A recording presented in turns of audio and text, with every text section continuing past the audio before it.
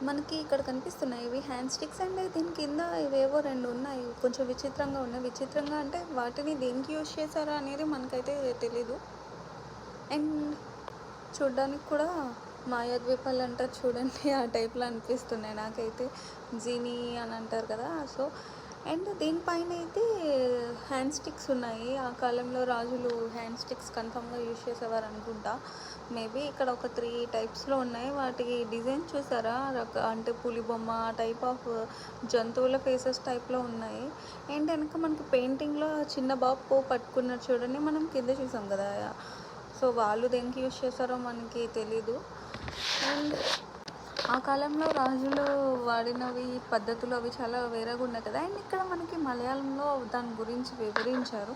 And పక్కన ఇంగ్లీష్లో కూడా డిస్క్రైబ్ చేశారులేండి. అండ్ వీడియో నచ్చినట్టయితే like, share, subscribe my channel. Thanks for watching.